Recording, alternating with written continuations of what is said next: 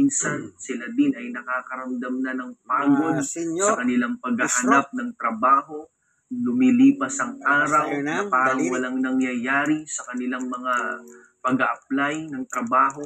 Pero alam po namin, Amang Diyos, kung kami hindi susuko at patuloy na mananampalataya sa iyong magagawa, alam po namin na pangyayarihin mo ang nasa ng aming mga puso. Kaya ito po ang gawin mo sa aming pong mga kapatid.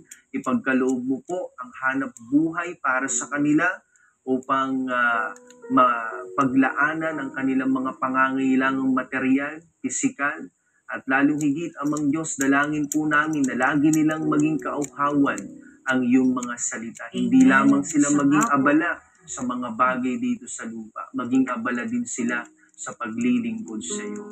Maraming salamat po.